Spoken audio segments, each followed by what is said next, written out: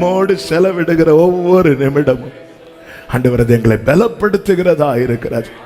உங்க சமூகத்தில் கிருபையாய் கொண்டு வந்ததற்காக ஸ்தோத்திரம். தொடர்ந்து எங்க கூட பேசுங்கப்பா, மீட்பர் நாமத்தில் பிதாவே, ஆமென். ஹல்லேலூயா. யாத்திராகமம் 34வது அதிகாரம், யாத்திராகமம் 34வது அதிகாரம் 29, 30 வசனங்களை வாசிக்க கேட்கலாம். யாத்திராகமம் 34வது அதிகாரத்தின் 29, 30 வசனங்கள். மோசே சாட்சி பலகைகள் இரண்டையும் தன் கையில் எடுத்துக்கொண்டு சீனாய் மலையிலிருந்து இறங்குகிற போது தன்னோட அவர் பேசினதினாலே தன் முகம் பிரகாசித்திருப்பதை அவன் அறியாதிருந்தான். ஆரோனும் இஸ்ரவேல் புத்திரர் எல்லாரும் மோசேயை பார்க்கும்போது அவன் முகம் பிரகாசித்திருப்பதை கண்டு அவன் சமீபத்தில் சேர பயந்தார்கள். கரங்களை உயர்த்தி ஹல்லேலூயா. கர்த்தர் நம்மை பிரகாசிப்பிக்கிற தேவனாயிருக்கிறார். ஆமென். மோசே தேவனோடு பேசி 40 நாட்களுக்கு பிற்பாடு கர்த்தர் கொடுத்த வார்த்தையுமாக மலையிலிருந்து இறங்குகிறார். ஆரோனும் மற்ற இஸ்ரவேலர்களும் பார்க்கிறார்கள்.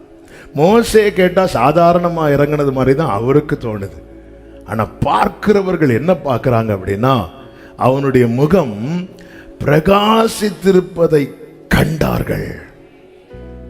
அதை மோசே அறியாதிருந்தான்.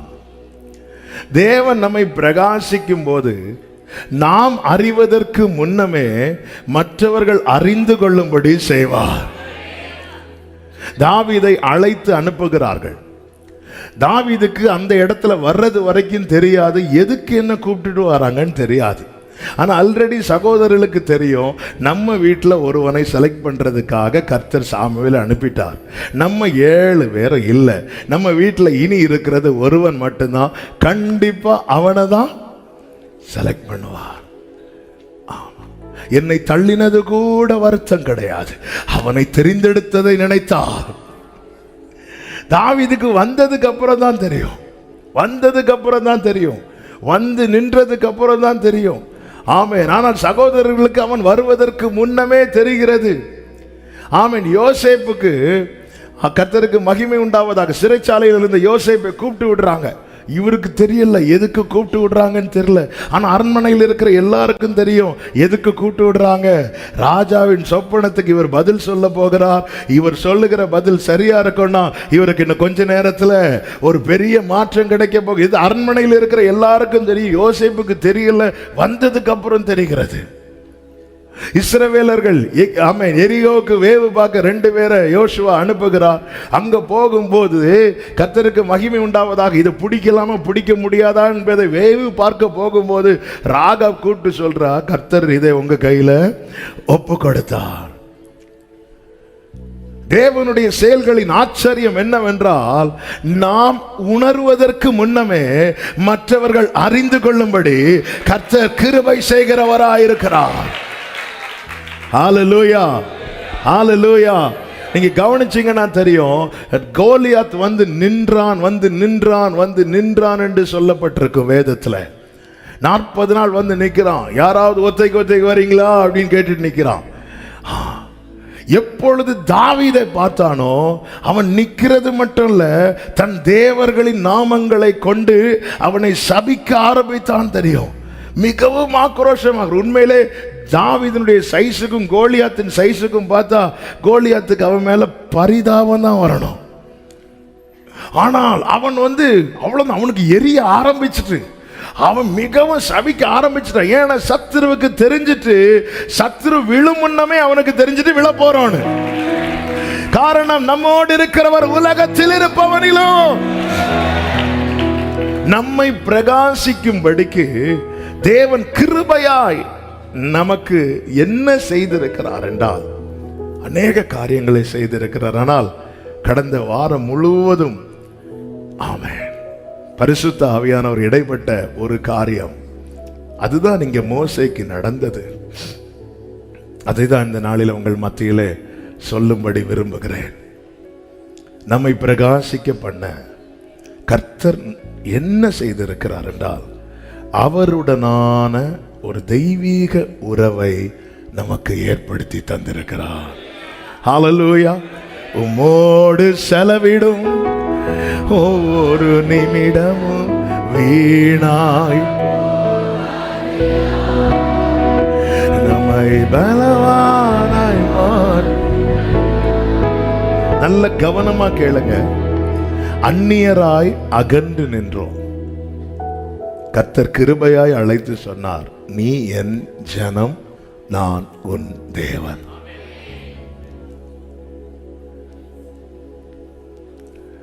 தூரத்திலே தயங்கி நின்றோம். கர்த்தர் அன்பாய் அணைத்து சொன்னார், நான் உன் பிதா, நீ என் பிள்ளை. இந்த உறவுகளை நாமல்ல ஏற்படுத்தி கொண்டது, அவர் கிருபையாய் நமக்கு ஏற்படுத்தி தந்தார். சீஷர்கள் ஒரு கட்டத்தில் இயேசுவினிடத்துல கேட்க பயந்தார்கள் என்று வேதம் சொல்லும்.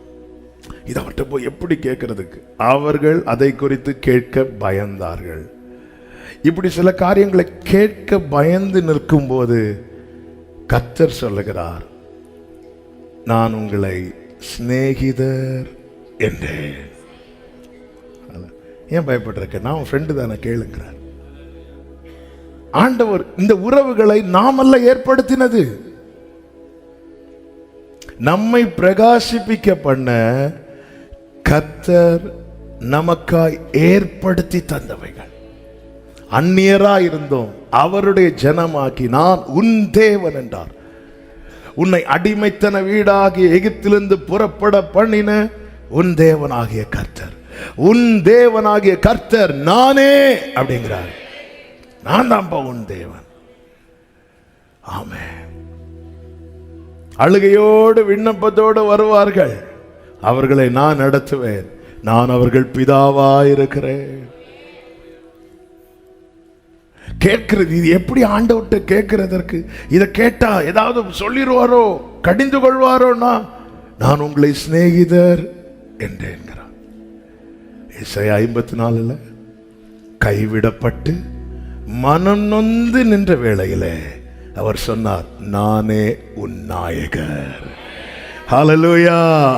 உன் சிருஷ்டிகர். அப்போ எனக்கு நாயகராய், எனக்கு சிநேகிதராய், கர்த்தருடைய பரிசுத்த நாமம் மகிமைப்படுவதாக, எனக்கு தகப்பனாய், எனக்கு தேவனாய், இப்படிப்பட்ட தெய்வீக உறவை கர்த்தர் கிருபையாய் எனக்கு ஏற்படுத்தி தந்ததற்காக ஸ்தோத்திரம். அப்ப இந்த உறவுக்குட்பட்டு நாம் இருக்கிறோம். இந்த உறவுக்குள்ள வந்ததுக்கு அப்புறமும் இன்னும் ஏன் என்னால் பிரகாசிக்க முடியவில்லை? இந்த எல்லா உறவுக்குள்ளும் இந்த இஸ்ரவேலர்கள் உட்பட, ஆரோன் உட்பட இத்தனை பேர் இருந்தும் ஏன் மோசையின் முகம் மாத்திரம் பிரகாசித்தது? எல்லாருமே அவரை அப்பா என்று அழைக்கிறோம், தேவனே என்கிறோம். ஓ தேவ பிரசனம், ஆ என்ன ஆனந்தம் என்று எல்லாரும் பாடுகிறோம். ஆனா ஏன் மோசையின் முகம் மட்டும் பிரகாசிக்குது? உறவுக்குட்பட்டவர்களில் யார் அந்த உறவை கொண்டாடுகிறார்களோ அல்லது அந்த உறவை கனப்படுத்துகிறார்களோ அவர்களே தேவனால் பிரகாசிக்கப்படுகிறவர்களாய் காணப்படுகிறார்கள். இந்த வார்த்தையை நான் ரிப்பீட் பண்றேன். எல்லாரும் உறவுக்குட்பட்டுறோம். ஒரு அப்பா அம்மாக்கு பிள்ளையா பிறந்தா அது நல்ல பிள்ளையானாலும் கெட்ட பிள்ளையானாலும் அவங்க பிள்ளைதான், அதில் மாற்றம் இல்லை. இளையகுமாரன் வேலைக்காரனா இருக்கிறதுக்கு வர்றான், அவர் பிள்ளையா தான் கூப்பிட்டார், பிள்ளைதான், அதில் மாற்றம் இல்லை. தெய்வீக உறவுக்குள்ளே கிருபையாய் தேவன் நம்மை கொண்டு வந்திருக்கிறார். ஆனா இத்தனை லட்சம் ஜனங்கள் இருந்தும் ஒருவன் முகம் மாத்திரம் பிரகாசிக்க காரணம் என்ன? அவனை விட சீனியர் ஆரோன் இருக்கிறார். அப்படி இருந்தும் இந்த மோசேயின் முகம் மாத்திரம் பிரகாசிக்க காரணம் என்னவென்றால், இந்த மோசே தேவன் ஏற்படுத்தி தந்த உறவை எவ்வளவு கனப்படுத்த முடியுமோ அவ்வளவு கனப்படுத்தினார், எவ்வளவு கொண்டாட முடியுமோ அவ்வளவு கொண்டாடினார். தெய்வீக உறவை யார் கனப்படுத்துகிறார்களோ அவர்கள் தேவனால் பிரகாசிக்கப்படுவார்கள்.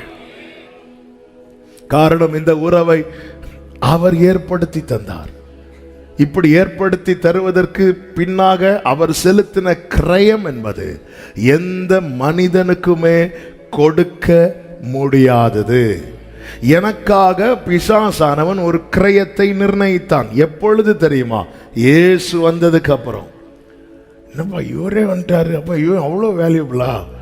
உடனே அவன் உலகத்தில் இருக்கிற எல்லாத்தையும் கொண்டு வந்து கொடுக்கிறான். கர்த்தர் சொன்னார், ஆமென், ஒருவன் உலகம் முழுவதையும் ஆதாயமாக்கி கொண்டாலும் தன் ஆத்மாவை இழந்து போவானால் அதனால் அவனுக்கு, ஆமென், உனக்காக இயேசு வரும்போது சத்துருவுக்கு தெரியும் நீ எவ்வளவு விலையேற பெற்றவள், விலையேற பெற்றவன் என்பது. எனவேதான் இத்தனை காலம் அந்த கழுதையை கட்டி வைத்திருக்கிறது. யாருமே கேட்கல. ஆனா இயேசுவுக்காக அந்த கழுதை கட்டவிழ்க்கப்பட்ட போது வந்து நின்னுட்டாங்க. ஏன் அதை அவிழ்க்கிறீங்க?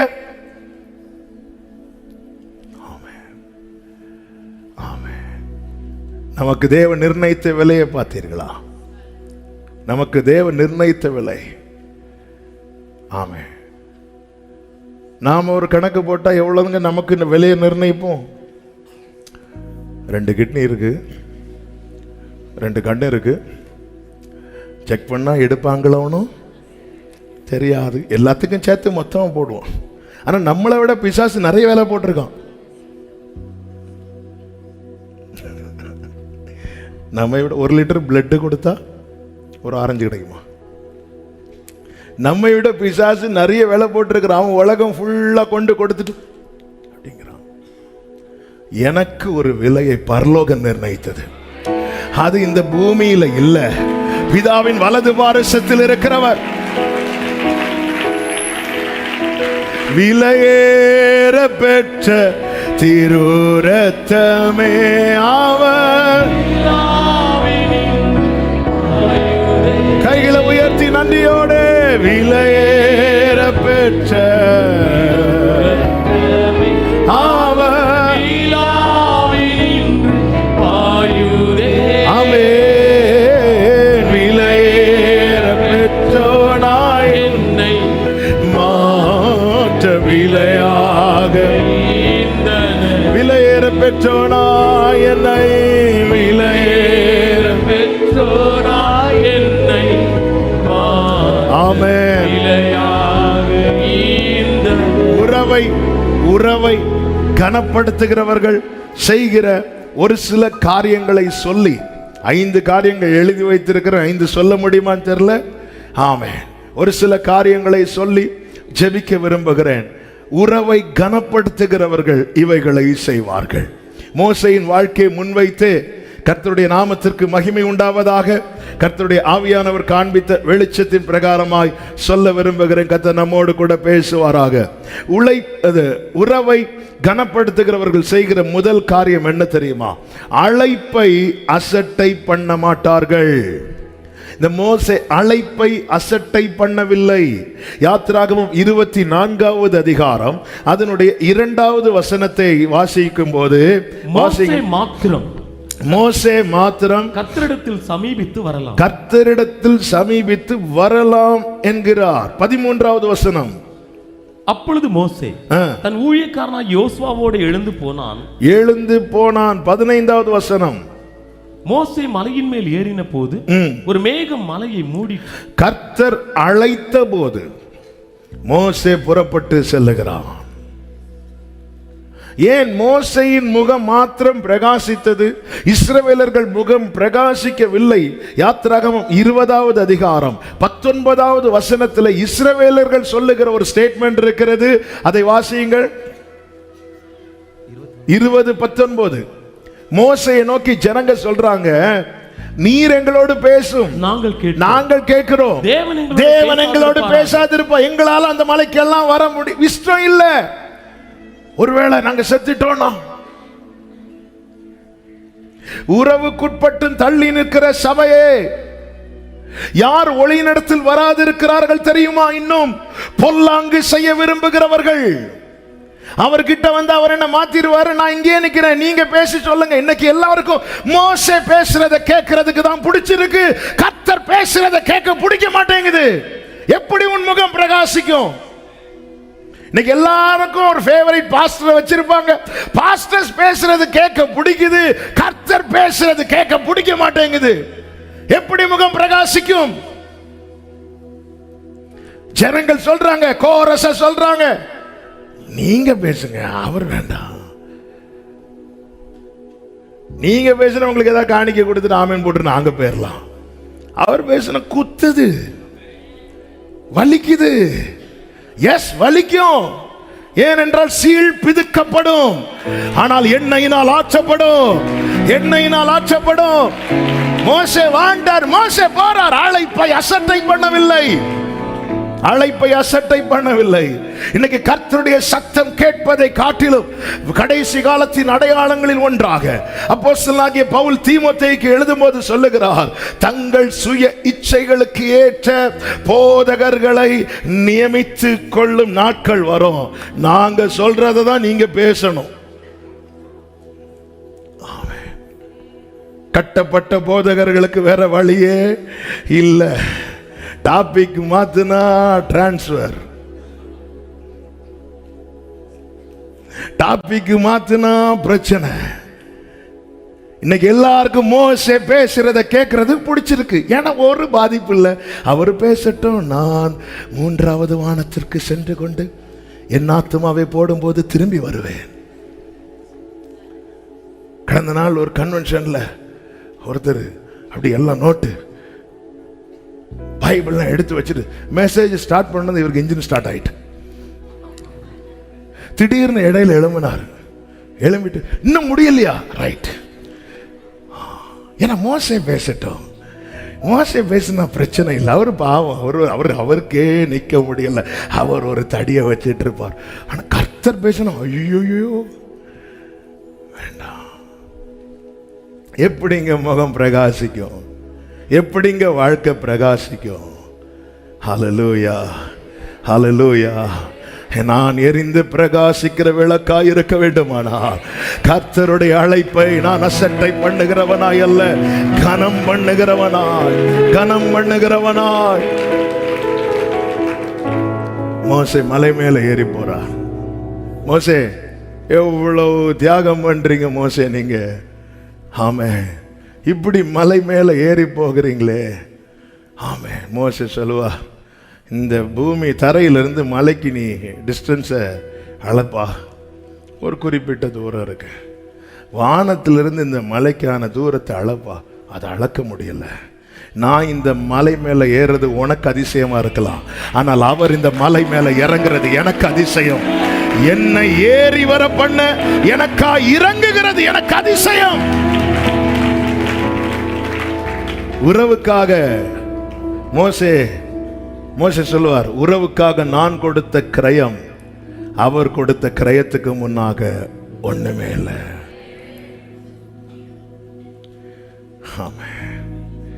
ஹல்லேலூயா. உதவாத என்னில் நீங்க இல்லா பொழுது விடியாதே. உதவாத நீங்க இல்லா. ஆண்டவர் சொல்றாரு, மோசே மாத்திரம் வரலான்னு. சரி, ஜனங்களை விடுங்க, ஆரோனே நீயாவது மார்பில் அடித்திருக்கணும்ல. ஆண்டவரே என்னையும் கூப்பிடுங்க ஆண்டவரே. மோசே ஒன்னதான் கூப்பிடுறாரு, போ. இது எஸ்கேப் ஆகுது. கட்டமா கடினமா செய்தி வருது, அப்பாடா நமக்கு இல்லை அவங்களுக்கு தான். அப்படி ஒரு எண்ணம் வருதுனாலே உங்களுக்காக தான் செய்தி வருகிறது. ஜனங்க சொல்றாங்க பாருங்க, மோசே நீங்க பேசுங்க, நீங்க பேசுங்க, ஆண்டவர் பேச வேண்டாம். பவுல் தெசலோனிக்கேயருக்கு எழுதும்போது சொல்லுகிறார், எங்களால் கேள்விப்பட்ட வார்த்தையை நீங்கள் மனுஷர் வசனமாய் கேட்காமல் தேவனுடைய வார்த்தையாய் கேட்டதினாலே அது உங்களுக்குள்ளே பலன் செய்கிறது. வார்த்தை எனக்குள்ளே கிரியை செய்தால் என் முகம் பிரகாசிக்கும், என் கண்கள் திறக்கப்படும், என் இருதயம் விசாலமாகும், நான் இந்த கற்பனைகளின் வழியாக ஓட முடியும். ஆமென் சொல்லுங்க பார்க்கலாம். ஜனங்களுக்கு விருப்பம் இல்லை. ஏன் அவங்க உறவை மதிக்கவில்லை, அழைப்பை அசட்டை பண்ணுகிறார்கள். கர்த்தர் கூப்பிடுறதுக்கு முன்னாடியே சொல்லிட்டாங்க, கர்த்தர் எங்க கூட பேச வேண்டாம். நம் கூடாரத்தில் பேசுகிறதும் நம் உள்ளத்தில் நினைக்கிறதையும் கர்த்தர் தூரத்தில் இருந்து அறிகிறவர் என்பதை மறக்கிறோம். 20வது அதிகாரத்தில் சொல்றாங்க, ஆண்டவர் பேச வேண்டாம்பா, நீங்க பேசிக்கோங்க.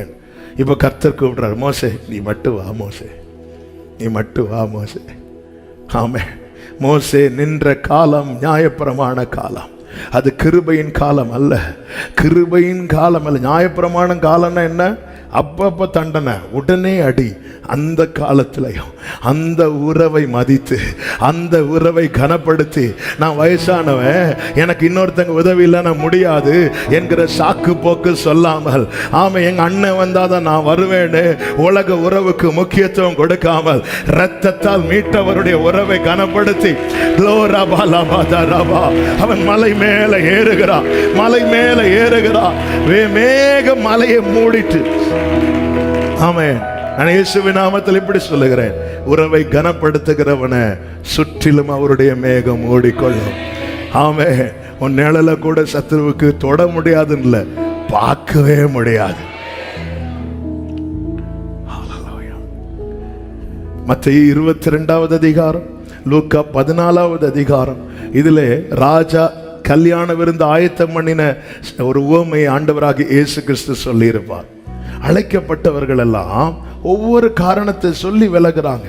ஒருத்தர் சொல்ற, நான் வயலுக்கு போறேன், வயல் வாங்கி இருக்கிறேன், வயலுக்கு போறேன். இன்னொருத்தர் சொல்ற, வியாபாரத்துக்கு போறேன், ஐயோ எனக்கு ஆராதனைக்கு வரணும்னு ஆசை இருக்கு, ஆனா பிஸ்னஸ் பிஸ்னஸ் பிஸ்னஸ் பிஸ்னஸ், நான் இப்பதான் வயலுக்கு. ஆமே. இன்னொருத்தர் சொல்றான், 5 ஏர் மாடுகளை வாங்கி இருக்கிறேன், 6வது அவனும் இருக்கிறான், நான் இப்பதான் வாங்கி இருக்கிறேன், அது எனக்கு வர முடியாது. இதை விட கொடுமை இன்னொருத்தன் சொல்றான், நான் இப்பதான் கல்யாணம் பண்ணி இருக்கிறேன்.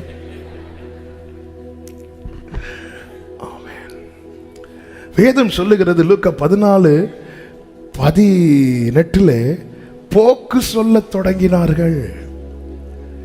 தேவனோடுள்ள உறவுக்கு உட்படாமல் நாம் வைக்கிற அத்தனை காரியம், அது நமக்கு ஒருவேளை அவசியமா இருந்தாலும் வேதம் அதை எப்படி எழுதி வைக்கிறதுண்டா, இவெல்லாம் சும்மா போக்கு சொல்ல, ஏதோ சொல்லணுமேன்னு சொல்லி எஸ்கேப் ஆக பார்க்கிறான்.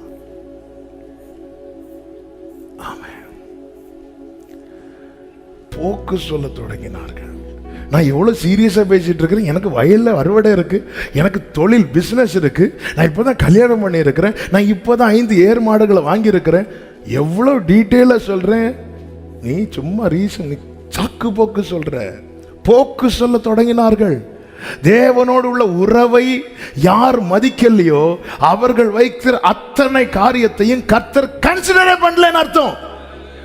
இந்த காரியத்தெல்லாம் ராஜாவுக்கு கோபத்தை தான் கொடுத்ததே தவிர, ஆமாப்பா இப்பதான்ப்பா கல்யாணம் பண்ண, அடி வாங்க தொடங்கிருப்பான் தெரியாது, இப்பதான்ப்பா கல்யாணம் பண்ண கன்சிடர் பண்ணவே இல்லை. இப்பதான்ப்பா 5 ஏர் மாடுகளை வாங்கி இருக்கிறான், இப்பதான் பழகிறான், இப்பதான்ப்பா வயல் வாங்கியிருக்கிறான், இப்பதான்ப்பா ஒரு பிசினஸ் தொடங்கி இருக்கிறான், கொஞ்சம் பச்சை பிடிக்கட்டும்.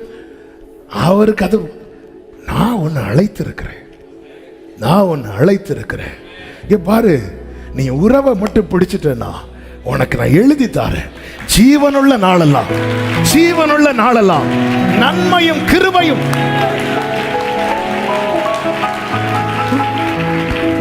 ஹல்லேலூயா, ஹல்லேலூயா, ஹல்லேலூயா. தேவனோடு உள்ள உறவுக்கு முக்கியத்துவம் கொடுக்காதவர்கள் தேவ சமூகத்தை அசட்டை பண்ணுகிறார்கள். நீங்க எவ்வளவு நேரம் ஜெபிக்கிறீங்கன்னா எனக்கு தெரியாது. நான் ஜெபிக்கணும் உட்காந்துருந்தா போனை தள்ளி வச்சிருங்க, சைலண்ட்ல போட்டுருங்க. ஆமென், ஹல்லேலூயா. அந்த உறவு எதுக்கு ஆண்டவர் மோசே மலை மேல கூப்பிட்டார் தெரியுமா? மோசே, நம்ம 2 பேருக்கு இடையில யாரும் வேண்டாம் மோசே, வா மோசே, நம்ம 2 பேருக்கு இடையில யாரும் வேண்டாம். ஆமென், ஹல்லேலூயா, ஹல்லேலூயா. நீங்கள் அந்த உறவுக்கு முக்கியத்துவம் கொடுத்தா உங்க உறவுகள் காக்கப்படும், கேரண்டி. ஏன்னா கீழே தப்பு நடக்கும் போதும் மோசே நிமித்தம் கர்த்தர் பரிதாபப்பட்டார். தாவீது உறவுக்கு முக்கியத்துவம் கொடுத்ததுனால தாவீது நிமித்தம் நான் இந்த நகரத்துக்கு ஆதரவா இருப்பேன் என்று கர்த்தர் பிராமிஸ் பண்ணார். விழுந்து போன தாவீதின் கூடாரத்தை திரும்ப எடுப்பிப்பேன். அழைப்பை மோசே அசட்டை பண்ணவில்லை. இரண்டாவதாக நீங்க பாத்தீங்கன்னா ஆலோசனைக்கு காத்திருக்கிறோம்.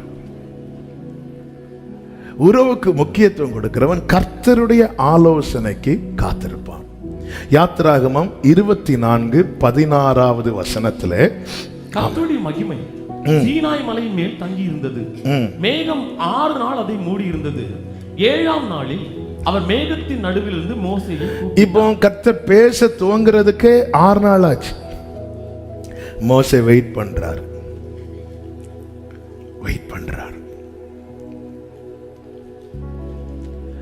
ஏன் ஆண்டவர் இப்படி டிலேயா பேசுறாரு? பல நேரத்தில் நமக்கு இப்படி கேள்வி எழுமோ. நல்ல கவனமா கேளுங்க. கர்த்தர் நம்மோடு பேசுகிறவர் மட்டும் இல்ல, கர்த்தர் நம்மை கவனிக்க செய்கிறவர்.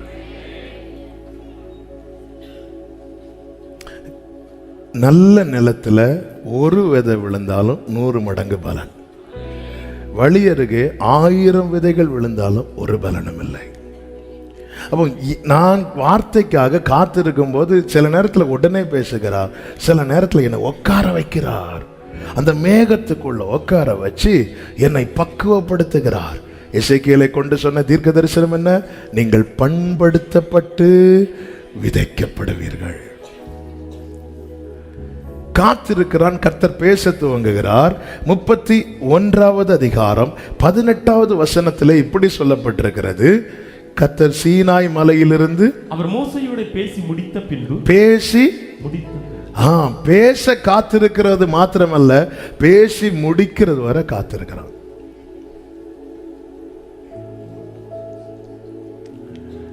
நம்ம பேசிட்டு இருக்கும் போதே டைம் பார்ப்போம்ல. ஃபீல் ஆயிருக்கா? சும்மா நார்மலா ரெகுலர் பைபிள் ரீடிங் இருக்கும், நம்ம படிச்சுட்டு இருப்போம். அப்படி திடீர்னு நம்முடைய இருதயம் அப்படி குழந்தை விட்டு எரிய ஆரம்பிக்கும். கர்த்தர் ஏதோ பேச வரார்.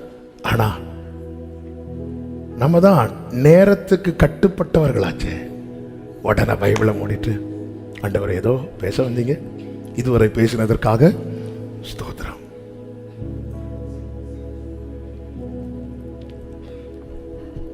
இருதயம் குழந்தை விட்டு எரிஞ்சாச்சுல, அடுத்து கண்ணு திறக்கட்டும். அது வரைக்கும் நீ காத்திரு. நீ கண்ணு திறந்தா அவரை பார்ப்பாய். உன் பாதை தெரியும், உனக்கான துறவு தெரியும், உனக்கான பாதுகாப்பு தெரியும். பேசுறாருன்னா இருங்க. மோசே வர தாமதித்தது என்று பைபிள்ல சொல்லப்பட்டிருக்கிறது. ஏன் டிலே ஆச்சு? அவர் இன்னும் பேசி முடிக்கல. என்ன 5 மணிக்கு வருவேன்னு சொன்னீங்க, 7 மணிக்கு தான் வரீங்க, அவர் இன்னும் பேசி முடிக்கல.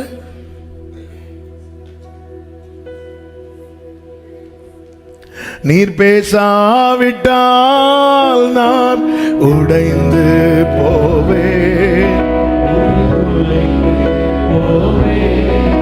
நீர் பேசாவிட்டால்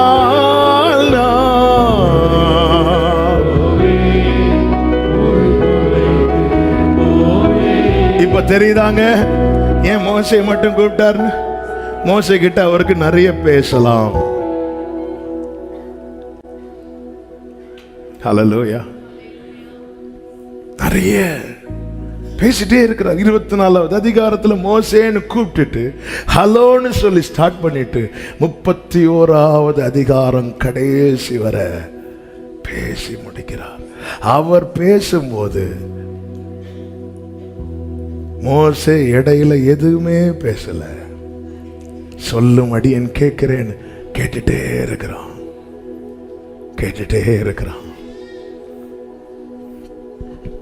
ஆனால் இஸ்ரவேல் ஜனங்களை குறித்து வேதம் சொல்லுகிறது.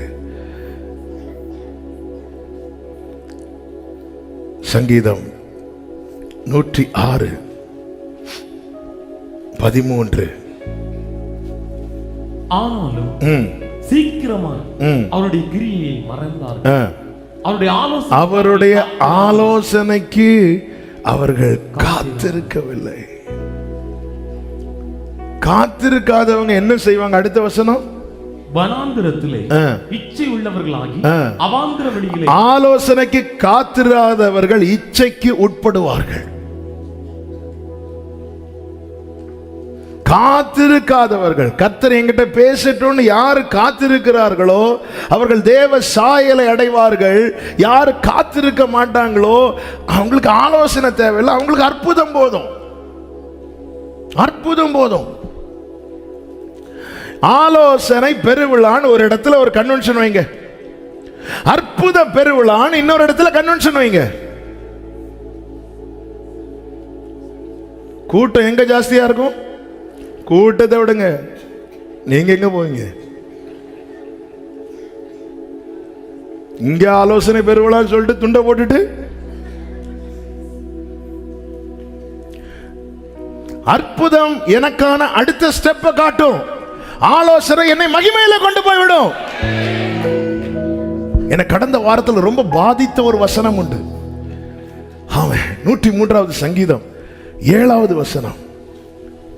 அவர் தமது வழிகளை மோசேக்கும் தமது கிரியைகளை இஸ்ரவேல் புத்திரருக்கும் தெரியப்பண்ணினார். கிரியைகள்னா அவருடைய ஒர்க்ஸ், அவருடைய அற்புதம்.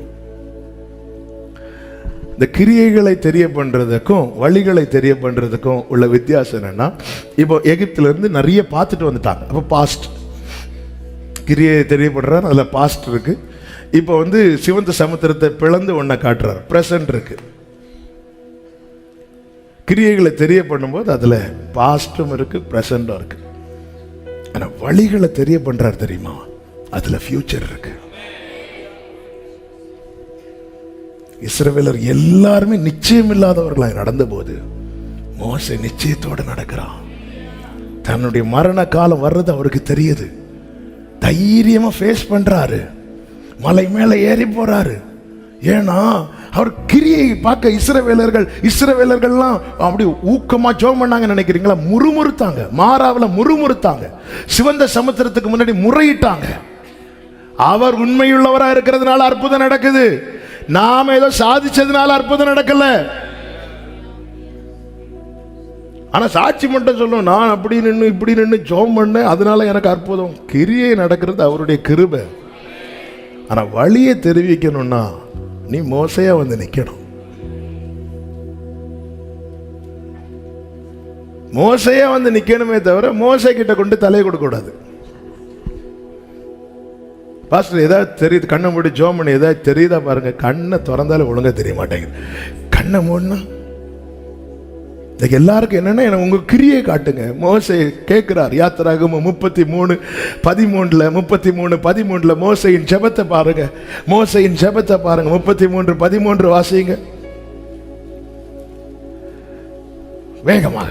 உம்முடைய கண்களில் இப்பொழுது எனக்கு கிருபை கிடைத்ததானால் நான் உம்மை அறிவதற்கும் உம்முடைய கண்களில் எனக்கு கிருபை கிடைப்பதற்கும் உம்முடைய வழியை எனக்கு அறிவியும். உம்முடைய பாருங்க எப்படி கேட்கிறாரு பாருங்க. மோசே, ஆண்டவரே கிரியை நீங்க நடப்பிச்சுட்டு தான் இருக்கிறீங்க ஆண்டவரே, ஆனா எனக்கு என்ன தேவைன்னா உம்முடைய வழி. உம்முடைய வழி, உம்முடைய வழியை நீர் அறிவிக்கும் போது அதுல என்னுடைய எதிர்காலம் மாத்திரமல்ல, அதிலே நான் உண்மை அறிகிற அறிவிலும் வளருவேன் ஆண்டவரே. இன்னும் உம்மை அறியணுமே, இன்னும் உம்மை அறியணுமே, இன்னும் கிட்டி சேரணுமே, இன்னும் கிட்டி. நல்ல கவனமா கேளுங்க. நம்ம ஜெபம் எப்படி இருக்கு? ஆண்டவர் இந்த காரியத்துல ஒரு அற்புதம், இந்த காரியத்துல ஒரு அற்புதம், இந்த காரியத்துல ஒரு அற்புதம். இஸ்ரவேலரை மாதிரி தானே கேட்டுட்டு இருக்கணும். இது என்னன்னா, ஒன்றுல துதிப்போம், இன்னொன்றுல முறுமுறுப்போம். ஒன்றுல துதிப்போம், சிவந்த சமுத்திரம் தாண்டினா துதிப்போம், மாறா கிட்ட வந்தா முறுமுறுப்போம். அடுத்து ஏலிமை கண்டா துதிப்போம், அடுத்து இன்னொரு இடத்தை பார்த்தா முறுமுறுப்போம். ஆனா வழி தெரிவிக்கப்பட்டவன் எப்படி மாறிடுவான் தெரியுமா? சாந்த குணம் உள்ளவனாய். இந்த பூமியில் உள்ள எல்லா மனுஷரிலும் மோசே எப்படி மாறிட்டாரு? ஏன்னா அவருக்கு தெரிஞ்சிட்டு இப்படிதான் நடக்கும், இதுதான் தெரிஞ்சிட்டுனா அமைதியா இருக்கும். ரிசல்ட் தெரிஞ்சிட்டுனா படுத்து தூங்குவோம். ஆண்டவருக்கு தெரியும் இந்த போட்டு அக்கறை போய் சேரும். அவருடைய முடிவு ஏற்கனவே தெரியும். அவர் ஒப்பு கொடுக்கப்பட்டு, அவர் அடிக்கப்பட்டு, சிலுவையில் அறையப்பட்டு தான் அவர் கதை முடிந்து அதன் பிறகு உயிர்த்தல். அவருக்கு ஃபுல் ஃபியூச்சர் தெரிஞ்சதுனால காற்றடிக்கிறது அவரை பாதிக்கல. அவர் கப்பலின் பின்னத்தில் படுத்து தூங்கிட்டு இருந்தார். ஃபியூச்சர் தெரியாதவன் எல்லாம் கதறிட்டு இருந்தான். வழியை கர்த்தர் அறிவிக்கிறார். பவுலே, நீ ராயனுக்கு முன்னாடி நீ சாட்சியா நிக்கணும். தெரிஞ்சதுனால விரியன் பாம்பை வச்சு சாத்தான் அவனை கடிக்க வைக்கிறான். பைபிள் சொல்லுகிறது, அவன் அந்த பூச்சியை, இந்த விரியன் பாம்பு சாத்தானை பார்த்து சொல்லும், அசிங்கப்படுத்திட்டாங்க. நான் அப்படி போய் கடிச்சா அவன் இந்த பூச்சி பூச்சி பூச்சி அது தீல போட்ட, இல்லைன்னா சாத்தான போய் கடிச்சிருக்கும். என் பாட்டுக்கு அப்படி 4 பேரை பயம் காட்டிட்டு சுத்திட்டு இருந்தேன். அவன் கையில கொடுத்து அவன் என்ன பூச்சின்ட்டான். நான் யாக்கோப பூச்சின்னேன். ஆனா அந்த யாக்கோப வச்சு என்னைய பூச்சின்னு சொல்ல வச்சுட்டாரேன்னு அவன் புலம்புறான். எதுக்குங்க காத்திருக்கிறோம்? என் வாழ்க்கையில் ஒரு அற்புதம் நடக்காதா? தப்பு கிடையாது. ஆனால் அந்த உறவு என்பது அற்புதம் செய்யறதுக்காக மட்டுமா? கானானிய ஸ்திரீயின் மகளை குணமாக்கினது உறவின் அடிப்படையிலையா, இரக்கத்தின் அடிப்படையிலையா? நாயின் ஒரு விதவையின் மகனை உயிரோடு எழும்ப செய்தது உறவின் அடிப்படையிலையா, இரக்கத்தின் அடிப்படையில்? அதான் இரக்கம். அவருடைய இரக்கத்துக்கு முடிவே கிடையாது. கூப்பிடும் காக்கை குஞ்சுக்கு கூட ஆகாரத்தை சவதரித்து கொடுக்கிறவர். ஆனா அதை தாண்டி மோசேக்கு தமது வழியை, என் நினைவுகள் உங்கள் நினைவுகள், உங்கள் வழிகள் என் வழிகள் அல்ல. அப்போ நம்முடைய புத்திக்கு எட்டாத காரியத்தை அவர் பிளான் பண்ணி வச்சிருப்பார்ல. மோசேயை கூப்பிட்டு இதை கேட்க ஆரம்பிச்சிட்டீங்கன்னா நீங்க மலையிலேருந்து இறங்க மாட்டீங்க. மலையிலேருந்து இறங்க மாட்டோம்.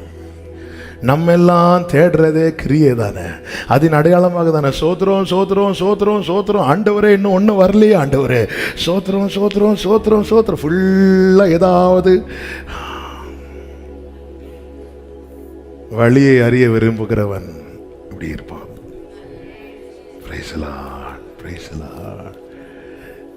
கிரியை மட்டும் போதுங்கிறவங்க, அற்புதம் மட்டும் போதுங்கிறவங்க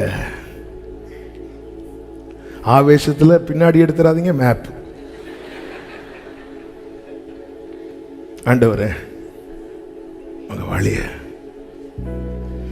வார்த்தையை பார்த்தீங்களா? அவர் எவ்வளவு கவனமா இருக்கிறார் தெரியுமா? யார்கிட்ட பேசணும்னு. சாந்த குணம் உள்ளவர்களுக்கு தமது வழியை வெயிட் பண்றாப்பா என் பிள்ளை. நான் அவன்கிட்ட ஹலோ சொல்றதுக்கு 6 நாள் எடுத்தேன். அவன் இறங்கல. அற்புதத்தை பார்க்க தரையில நின்னா போதும். ஆமென். வழியை அறியணும்னா ஏறு. எது ஒன்ன பிடிச்சிருக்கிறது அதை விட்டுட்டு வா, தேவ சமூகத்துல வா. இன்னைக்கு ஒரு காற்று அடித்தா நம்ம கதை முடியுது.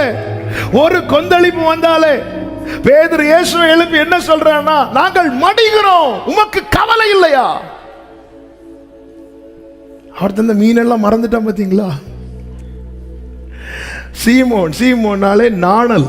ஒரு காத்துக்கு நிக்க மாட்டேன் சீமோனே, உன்னை நான் பேதுருவாக்குனேன். பேதுருனா கல்லு. மறந்துட்டான் பார்த்தீங்களா?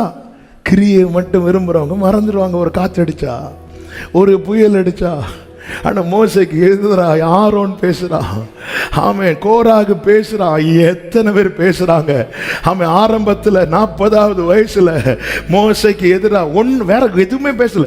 மோசேயின் 80 வயதுக்கு மேல பேசினத 40 வயசுல மோசே கேட்டிருந்தா சூசைட் கூட பண்ணி இருக்கிறதுக்கு வாய்ப்பு இருக்கிறது. அப்போ பேசினது ஒண்ணுதான். ஒன்னை எனக்கு தலைவனா வச்சது யார்? அது தாங்க முடியாம போயிட்டாரு. ஆண்டவர் கூப்பிடுறாரு, வா வா நான் அனுப்புறேன். நான் வரமாட்டேன், வேற யாரையாவது அனுப்புங்க.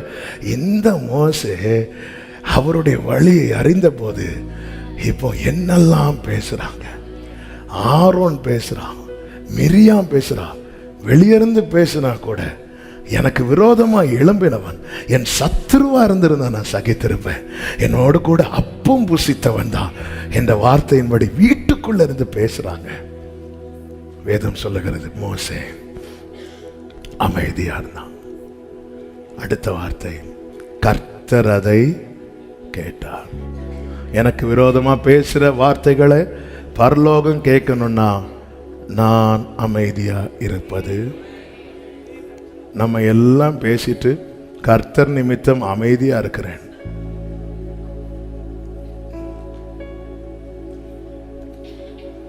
எப்படிங்க இந்த சேஞ்ச் மோசைக்கு வந்துச்சு?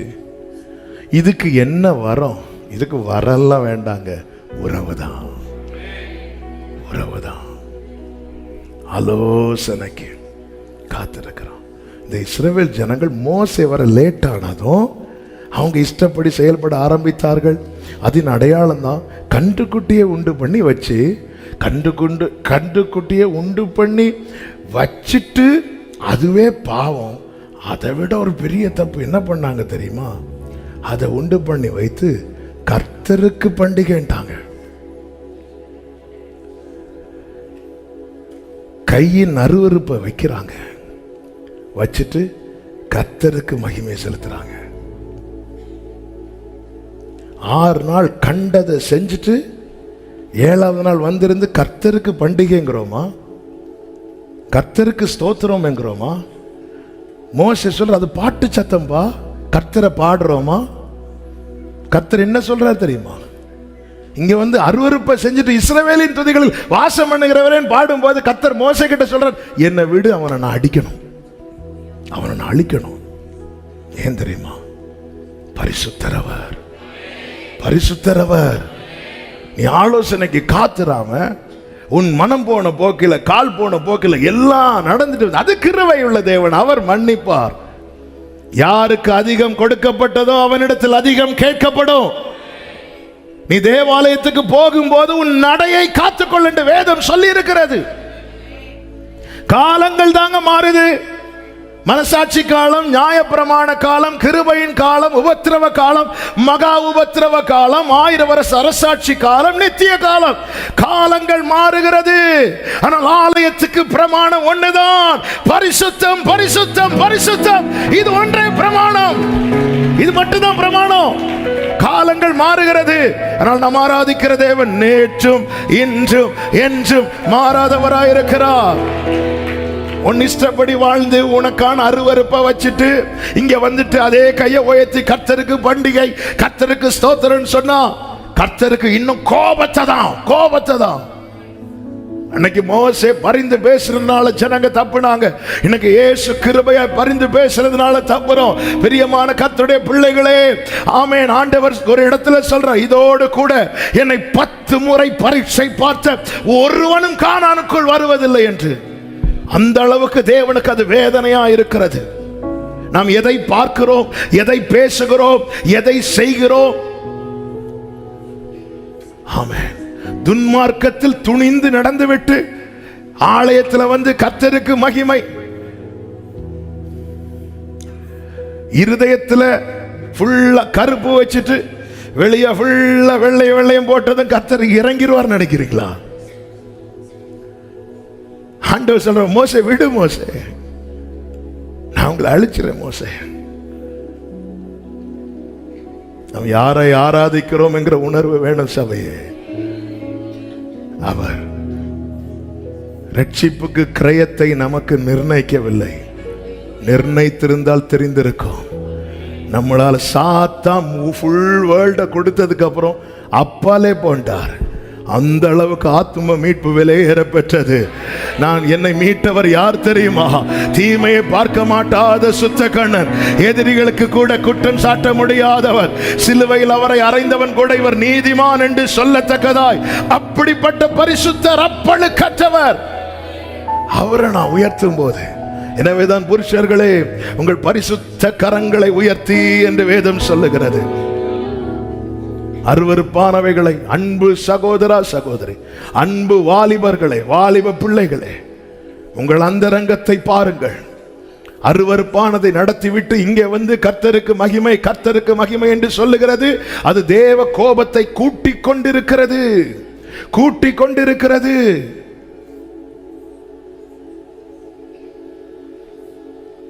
ஆமென்.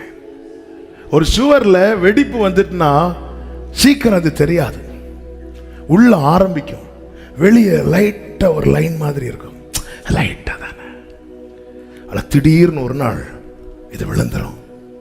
அப்படிதான் சிம்சோன் பாருங்க, பாவத்தை நோக்கி போயிட்டு இருக்கிறான். பெலிஸ்தியர் கட்டுறாங்க, கர்த்தர் விடுவிக்கிறார், கட்டுறாங்க, விடுவிக்கிறார். நல்லா இருக்குது. நான் 6 நாள் பாவம் செய்வேன், கட்டப்படுவேன், 7வது நாள் வந்து விடுவிக்கப்படுவேன். ஒரு நாள் வந்து இதே போல நான் விடுவிக்கப்படுவேன் என்றான். இல்லை, கண்ணை தூக்கிட்டாங்க, முடிய வெட்டிட்டாங்க. அப்போ முதல்ல எங்க கை வைக்கிறாங்க தெரியுமா? ஒருவனுடைய ஸ்ட்ரெங்க்ல கை வைக்கிறாங்க. சிம்சோனுடைய ஸ்ட்ரெங்க் அவனுடைய முடி, பலத்துல கை வைக்கிறான் சத்துரு. 2வது விஷன், விஷன் விஷன் உனக்குன்னு ஒரு தரிசனம் இருக்கு பாரு, அதுல கை வைக்கிறான். 3வது உன்னுடைய அடையாளம், இவன் இஸ்ரவேலின் இரட்சகனாய் அறியப்பட்டவன். இப்பொழுது பெலிஸ்தியருக்கு டைம் பாஸே யாரு தெரியுமா? சிம்சோன் தான். Glory glory. நாம் கர்த்தரை ஆராதிக்க வந்திருக்கிறோம். எப்படிப்பட்டவர்களும் தேவனிடத்தில் வரலாம், ஆனா வந்தவர்கள் இப்படிதான் இருக்க வேண்டும் என்கிற வாழ்வின் முறையை காண்பிக்கும்படி கொடுக்கப்பட்டது பரிசுத்த வேதாகமம். ஆமென் சொல்லுங்க பார்க்கலாம். எனவேதான் இங்கே பாருங்க, தீமையை செஞ்சுட்டு கர்த்தருக்கு பண்டிகைனாங்க. இதுதான் இயேசு சொன்னார். ஆமே, என்னை நோக்கி கர்த்தாவே கர்த்தாவே என்று சொன்னா நான் சொல்லுவேன், அக்கிரம செய்கைக்காரரே என்னை விட்டு அகன்று போங்கள். அக்கிரம செய்கைக்காரரே. அப்போ என் சத்தத்தை அல்ல அவர் கவனிக்கிறது, என் செய்கையை, என் கிரியைகளை. நான் அருவருப்பானவைகளை அக்கிரங்களை நடப்பித்து வந்துட்டு, தேவனுடைய அழைப்பும் கிருபை வரங்களும் மாறாதுங்க. அதனால பிசாச போனா அது போகும், எல்லாம் போகும். அது தேவன் கொடுத்த வரம், அது மாறாது. ஆனா கர்த்தர் வரத்தின் அடிப்படையில் அல்ல எனக்கு நாளைக்கு பலன் தர போகிறது, அவனுடைய கிரியைகள். எனவேதான் வரத்துல நம்ம எவ்வளவு போக்கஸ் பண்றோமோ அதை விட 100 மடங்கு கனி உள்ள வாழ்க்கையில போக்கஸ் பண்ணணும். நாங்க உம்முடைய நாமத்தினாலே தீர்க்க தரிசனம் உரைத்தோமே, அப்படி ஆண்டவர் சொல்லுவார், அக்கிரம செய்கைக்காரரே. கிரியை எவ்வளவு முக்கியம். கிருபையை தேவன் தர்றதே கிரியைகளை சரி பண்ண. இல்லை பரவாயில்ல, இந்த தப்பு பண்ணதுக்கு அப்புறம் வரம் அழகாக அப்ளை ஆகுது, வரம் அப்ளை ஆகுது, இப்படியே ஓட்டிட்டு போயிடலாம் ஆண்டவரே. அப்போ அங்கே வந்து சொல்ல முடியல, வேற கனியை கொடுக்க முடியல. சூனேமியால் சொல்றா, என் நேசர் தம்முடைய தோட்டத்துக்கு வந்து தமது அருமையான கனிகளை புசிப்பாராக. இவங்களுக்கு சொல்ல முடியாததுனால நாங்கள் ஆண்டவரே, ஆமே நாங்கள் இத்தனை வரம், இத்தனை பிசாசுகளை துரத்தலாம், இவ்வளோ தீர்க்க தரிசனம் சொன்னோம் ஆண்டவரை, கரெக்டாக நாங்கள் மாத பிறப்பு ஆராதனை நடத்திடுவோம், திருவிருந்து ஆராதனை நடத்திடுவோம், அப்படி செஞ்சிருவோம், இப்படி செஞ்சிருவோம் எல்லாம் சொல்லிட்டு கிரியை பார்க்கிறார். பார்த்துட்டு சொல்றார், அக்கிரம செய்கைக்காரரே. அப்போ ஏன் ஆண்டவரே இவ்வளோ காரியங்கள் இவர்கள் செய்தேன்னு சொன்னாங்கல்ல, அப்போ ஏன் ஆண்டவரே அதுக்கு நீங்க பலம் கொடுக்கல? ஆண்டவர் என்ன சொல்லுவது தெரியுமா? அவங்களா செஞ்சாங்க, அவர்களுக்குள்ளிருந்து நான் நடப்பித்தவைகள் அல்லவா.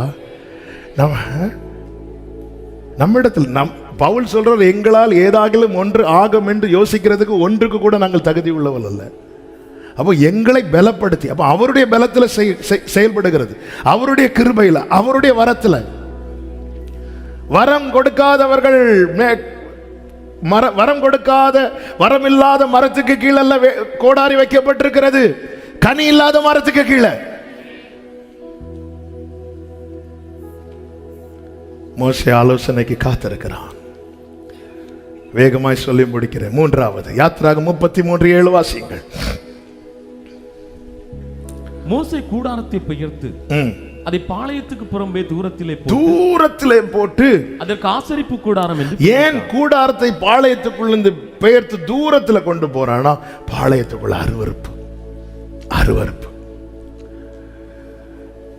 ஜனங்க நேசிக்க ஆரம்பிச்சுட்டாங்க இந்த அருவருப்பை. உறவை கனப்படுத்துகிறவன் தீமைக்கு தூரமாவான். ஏனென்றால் வேதம் தெளிவாய் சொல்லுகிறது, சங்கீதம் 5:4, தீமை உம்மிடத்தில் சேர்வது இல்லை. தீமை உம்மிடத்தில் சேர்வது இல்லை. தூரமா போயிட்டான். மோசே ஆரோன்லாம் உள்ளதான் இருக்கிறார், ஆண்டவர் வெளியே இருக்கிறார்ப்பா. ஆலயமே கர்த்தருக்குரியது, ஆனால் லவோதிக்கா சபைக்கு வெளியே நின்று கதவை தட்டிட்டு இருக்கிறார். இன்னைக்கு கர்த்தருக்கு ஸ்தானம் இருக்கோ இல்லையோ, மீதி எல்லாருக்கும் ஸ்தானம். மோசே சொல்றார், அவருக்கு இடம் இல்லாத இடத்துல 6 லட்சம் இல்ல 60 லட்சம் இருந்தாலும் இந்த மோசே இருக்க மாட்டான். ஆமே. எபேசு சபைக்கு சொல்லும் போது அவர் குத்து விளக்கின் மத்தியில் உலாவிக் கொண்டிருக்கிறார். ஒவ்வொன்றையும் அவர் கண்டித்து உணர்த்த கொஞ்ச நேரம் பார்த்தாங்க. இனி இவரை வச்சா வேலைக்கு ஆகாது, நேரம் அவரை வெளியே விட்டுருவோம், நமக்கு ஏற்ற மோசைக்களை உள்ள வச்சுட்டு அவங்கள பேச விடுவோம், ஜாலியாக உள்ள இருந்து உறங்கிட்டு இருக்கலாம். அவர் தட்டிட்டு இருக்கிறார். ஆவியானவர் சபைகளுக்கு வாசல் அருகே நின்று நான் கதவை தட்டுறேன், நம்ம அதை அப்படியே திருப்பி அது ரட்சிக்க தேவனை அறியாதவர்களுக்குன்னு அப்படியே கொண்டு போயிடும். சாவியானவர் சபைகளுக்கு சொல்லுகிறதை, கடைசி கால எச்சரிப்பு சபைகளுக்கு தான். எனவேதான் அநியாயம் செய்கிறவன் அசுத்தம் உள்ளவன், பாவம் செய்கிறவன் பரிசுத்தம் உள்ளவன்.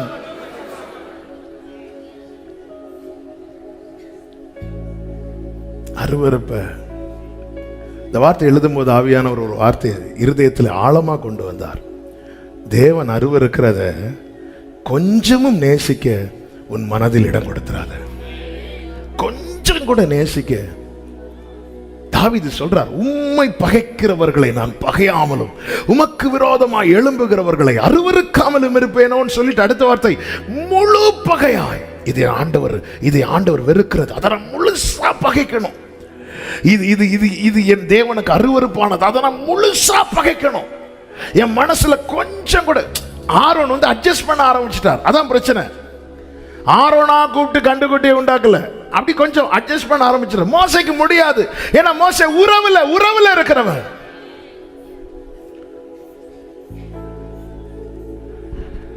நீங்க அந்த வசனத்தை கவனிச்சீங்கன்னா தெரியும். 33:7 பிற்பகுதியில் கர்த்தரை தேடும் யாவரும் பாளையத்துக்கு புறம்பே போவாங்க. இதுல தெரியும் யார் கர்த்தரை தேடுறான். பாளையத்துக்குள்ள ஆசரிப்பு கூடாரம் போட்டா எல்லாரும் இருப்பாங்க. இன்னைக்கு என்ன, இன்னைக்கு கிறிஸ்மஸ், சர்ச்சுக்கு வராதவங்கெல்லாம் சர்ச்சுக்கு வருவாங்க. ஆமாம், பாளையத்துக்குள்ள ஃபங்க்ஷன் நடக்குது, குட் ஃப்ரைடே ஃபங்க்ஷன், ஈஸ்டர் நடக்குது, எல்லாமே நடக்குது. என்ன அலங்காரம், என்ன இது. ஆனால் மோசே எங்கப்பா? மோசே எங்க தள்ளி போயிருக்கிறான்ப்பா. ஏன் மோசே தள்ளி இருக்கிறான்? கூட்டத்தோட வந்து இருக்க வேண்டியதானே. அவர் இல்லையே. அப்ப மோசே, இனி இங்க யார் வருவாங்க? அங்க பாரு 6 லட்சம் பேர் இருக்கிறாங்க, இங்க நீ மட்டும் இருக்கிற. கர்த்தரை தேடுகிறவங்க வருவாங்க, கர்த்தரை தேடுறவங்க வருவாங்க, கர்த்தரை தேடுறவங்க வருவாங்க, கர்த்தரை தேடுகிறவர்கள் வருவார்கள். வனாந்தரமாக இருந்தாலும் பாளையத்துக்கு புறம்பே இருந்தாலும் கர்த்தரை தேடுகிறவர்கள் வருவார்கள். ஆமென், ஹல்லேலூயா. நான்காவதாக யாத்திராகமம் 34:8 மோசே தீவிரமாக தரை மட்டும் குனிந்து பணிந்து கொண்டு ஆராதிக்கிறதுல தீவிரம் காட்டுவான். அது 2 பாட்டு முடியட்டும், 3 பாட்டு முடியட்டும். இனி 3 பாட்டு முடித்தால் உள்ள இடம் இல்லை என்பதை சிலர் வரது தீவிரமா, சில தீவிரம் காட்டுறது வந்து ஆராதிக்கிறதுல இல்ல, இடம் பிடிக்கிறதுக்கு. நான் உங்களை சொல்லல, உங்களுக்கு ஹர்ட் ஆச்சுன்னா உங்களை தான் சொன்னேன். ஆராதிக்கிறதுல ஒருத்தர் தீவிரம் காட்டுறான். prepare quickly, do quickly, bring quickly. இதுதான் இது கொடுக்கப்பட்டிருக்க அர்த்தம். ஆயத்தமாகிறதுல தீவிரம், கர்த்தருக்கு எதையாவது செய்கிறதுல தீவிரம், கர்த்தருக்கு கொண்டு வருகிறதுல தீவிரம். இதுல எதையுமே தாமதிக்க மாட்டான். வயசு என்ன வயசாச்சுங்க அவருக்கு? ஆராதிக்கிறதுல தீவிரம். ஆமென். ஒருத்தன் தேவ சமூகத்தில் அங்க நடக்கிறது என்னன்னா, நீ வீட்டில் போய் வாசிக்கோங்க. கர்த்தர் அவன் பக்கத்தில் நின்று அவருடைய நாமத்தை சொல்லிட்டு அப்படியே கடந்து போறார். அவன் அப்படி பாஸ் பண்ணி போறாரு. பாஸ் பண்ணி போகும்போது அவன் தீவிரமாய் பணிகிறான். நீ கர்த்தரை உயர்த்துற கனம் பண்ற காரியத்துல தீவிரம் காட்டுட்டேன்னா உன் கையை பிடிக்காம அவர் போகவே மாட்டார். அதன் அடையாளம் தான் மோசையை பார்த்து சொல்றா, நான் உன் கூட ஒரு புதிய உடன்படிக்கை பண்றேன். என்ன உடன்படிக்கை தெரியுமா மோசே? இதுவரை மோசே நீ நின்றது எந்த உடன்படிக்கையில தெரியுமா? நான் ஆபிரகாமோடு பண்ணின உடன்படிக்கை, ஈசாக்கோடு பண்ணின உடன்படிக்கை, யாக்கோபோடு பண்ணின உடன்படிக்கை. நான் இதுவரை நினைத்தது அந்த உடன்படிக்கையை நினைச்சுதான் அவங்களை நடத்தி வந்தேன். ஆனா மோசே, உனக்கு இந்த வயசுலயும் நீ இவ்வளவு என் காரியத்துல தீவிரம் காட்டுற பாரு, நான் உன் கூட ஒரு உடன்படிக்கை பண்ணுகிறேன். என்ன உடன்படிக்கை தெரியுமா? நான் உன்னோடு இருந்து செய்யும் காரியம் பயங்கரமாயிருக்கும்.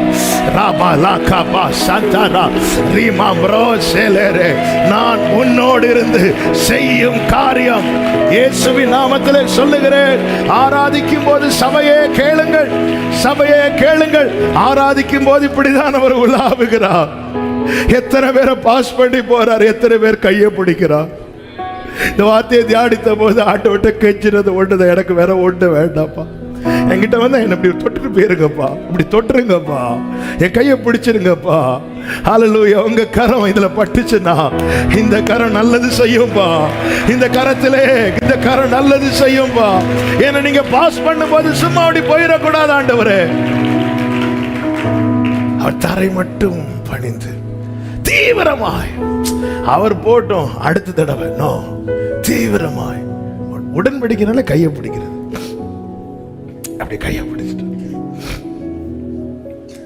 பத்ம தீவுல அவரை பார்த்ததும் யோவான் செத்தவனை போல. யோவான்கிட்ட கேட்கலாமா, இப்படி இருந்த செத்து போயிடுறேன். யோவான் சொல்லுவார், நான் இனி எழும்பணும்னு அவர் என்ன தொடணும், நான் இனி எழும்பணும்னு அவர் என்ன தொடணும். அவர் என்ன தொடுவார். பத்ம தீவானால என்ன தொடுவார். ஆமை சீனாய் மலையானால என்ன தொடுவார். காரணம் அவர் என்னை அறிந்திருக்கிறார். என்னை பார்த்துட்டு பார்க்காதது மாதிரி போக மாட்டார். நான் உன் கூட இருந்து செய்யும் காரியம் பயங்கரமா இருக்கும். அந்த பயங்கரம் தான் என்ன? மோசேயின் முகம் பிரகாசித்தது. பணிகிறதுல தேவரம். என ஒரு காரியத்தை சொல்லி ஜெபிக்கிறேன். யாத்திராகமம் 34வது அதிகாரம் 29வது வசனம்.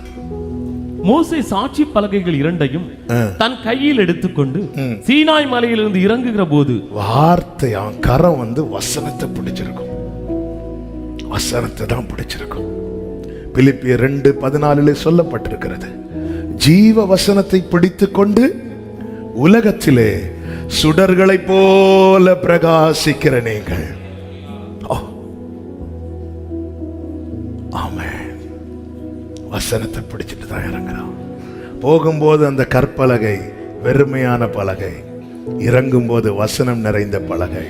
தேவ சமூகத்தில் வெறுமையா போய் நிரப்பப்பட்டு வரணும்.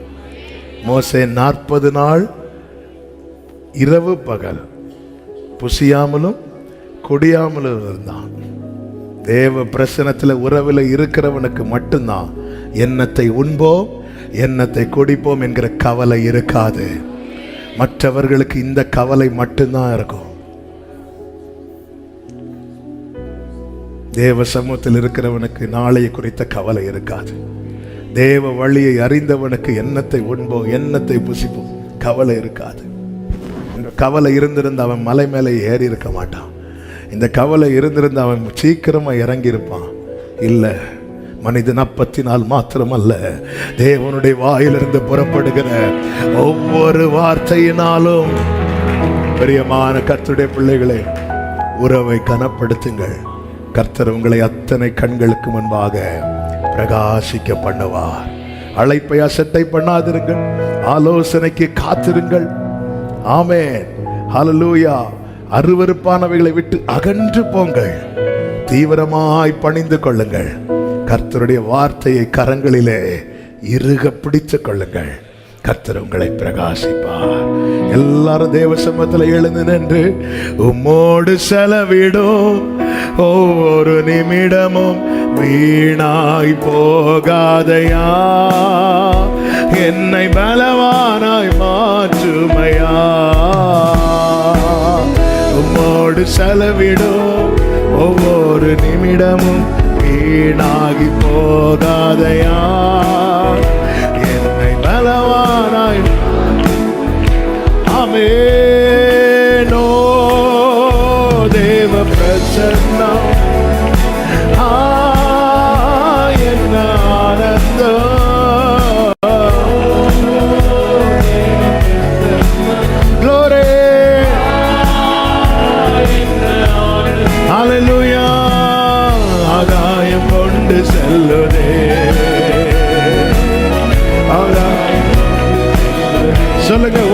செலவிடும், உம்மோடு செலவிடும்.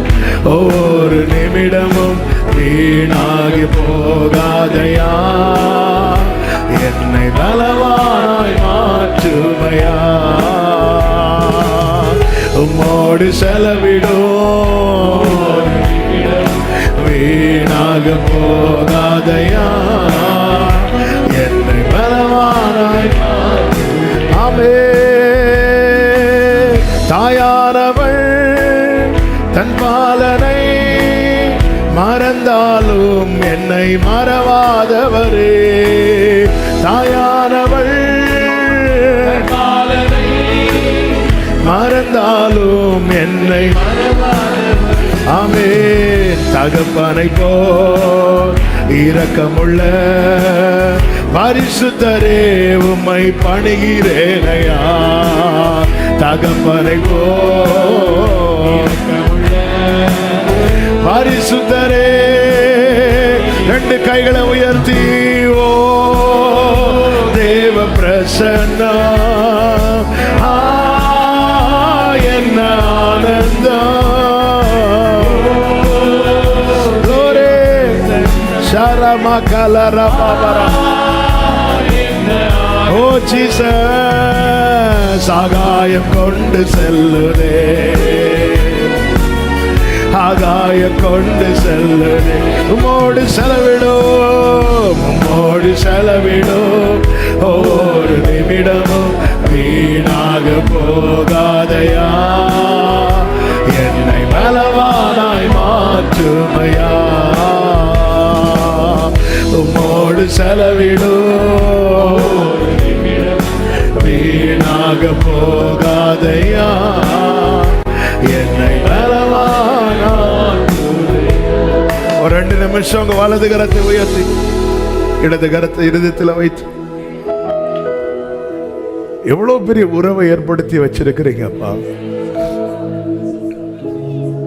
நான் வந்து கிரியைகளை மட்டும்தான் அறிய விரும்புறேனே தவிர உமது வழியை அறியாம இருக்கிறேனே.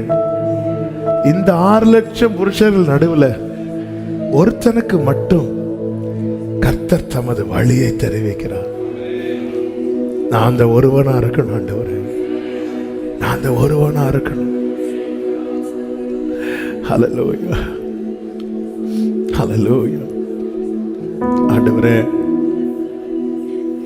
இனி இந்த உறவை நான் கனவீனப்படுத்தக்கூடாது. மோசையை போல இந்த முகமுகமா, இந்த மோசை யாராவது பேசினா ஆண்டவர் கோவம் வந்துடும். ஏன்னா அவ்வளவு ரிலேஷன், அந்த அளவுக்கு உறவில் இருக்கிறான். வலது கரத்தை உயர்த்தி அப்பா, அப்பா, அப்பா, நீங்க என்ன கூப்பிடும் போதெல்லாம் நான் வரணும்பா, நீங்க என்ன கூப்பிடும் போதெல்லாம் வரணும்பா. ஆண்டவரே, உட்கார்ந்து இருந்தவங்க ஆலோசனை கேட்கணும்பா, தீமையை அகற்றணும்பா, தீமையை அகற்றணும்பா. ஆண்டவரே, இதனால யார் என்ன வெறுத்தாலும், யார் என்ன பேசாம போனாலும் பரவாயில்லப்பா. ஆண்டவரே, நீர் அருவருக்கிறத நான் கொஞ்சமும் நேசிச்சிடக்கூடாதப்பா, நீர் வெறுக்கிறத நான் கொஞ்சமும் நேசிச்சிடக்கூடாது. ஆண்டவரே, நீர் வெறுக்கிறத நான் கொஞ்சமும் நேசிச்சிடக்கூடாதுப்பா. ஆண்டவரே, பணிகிறதுல தீவிரம் காட்ட வைங்கப்பா. ஆண்டவரே, மோசே அந்த வயதான காலத்திலும் தீவிரமாய் பணிந்த போது அவன் கையை பிடிச்சிங்களேப்பா. உங்கூட நான் புதிய உடன்படிக்கை பண்றேன்னு சொன்னீங்களேப்பா, நான் உன் கூட இருந்து செய்யும் காரியம் பயங்கரமா இருக்குன்னு சொன்னீங்களேப்பா. ஆண்டவரே, கிருபை செய்யுங்கப்பா. ஆண்டவரே, உங்க வசனம் தான்ப்பா எங்களை வழி நடத்தும் கோலும் தடியுமா இருக்கிறது. இதை நாங்கள் பிடித்து கொள்ள கிருபை செய்யும், பிடித்து கொள்ள கிருபை செய்யும். கைகள் 2 உயர்த்தி, தேவனே எங்களை பிரகாசியுமப்பா, எங்களை பிரகாசிப்பிக்கிறவரே உமக்கு ஸ்தோத்திரம். அப்படியே 2 கைகளை உயர்த்தி உங்க கூட அதிக நேரம் செலவிட விரும்புறேன். அதுதான் எனக்கு பலன் ஆண்டவரே, அதுதான் எனக்கு பலனுப்பா. எனக்கு ஒன்னும் பேச தெரியலன்னா நான் சும்மாவாவது வந்து உக்காரணும்ப்பா. அப்படியே கைகளை உயர்த்தி சொல்லுங்க. உம்மோடு செலவிடும் ஒவ்வொரு நிமிடமும் வீணாக போகாதையா, என்னை பலவா க்ளோரே உம்மோடு வீணாக ஆமென். என்னை இயேசுவின் நாமத்துல ஜெபிக்கிறேன். அநேகருக்கு ஆசை இருக்கு, அதற்கான சூழ்நிலையோ சரீர நிலைமையோ இல்லை. ஆண்டவரே, அந்த வயது காலத்தில் மோசையை பலப்படுத்தி அந்த மலை மேல ஏறி வர பண்ணி 40 நாள் தண்ணீர் குடிக்காமல் உணவு எடுக்காமல் ஒரு மனிதன் இருக்க முடியுமானால் தேவ பிரசனத்தின் பலம் என்பது எவ்வளவு அதிகமாக இருக்கிறது என்பதை நாங்கள் உணர்கிறோம் அப்பா. இந்த பலனை எங்களுக்கு தந்து அதிக நேரம் உம்மோடு செலவிட, உம்மோடு உறவாடி உம்முடைய வழியையும் உம்மையும் அறிந்து கொள்ள கர்த்தர் எங்களுக்கு அனுகிரகம் செய்தருளும். ஒவ்வொருவரையும் அப்படியே ஆசீர்வதியும், சமாதானத்தோடு அனுப்பி சாட்சியாய் கொண்டு வாரும்.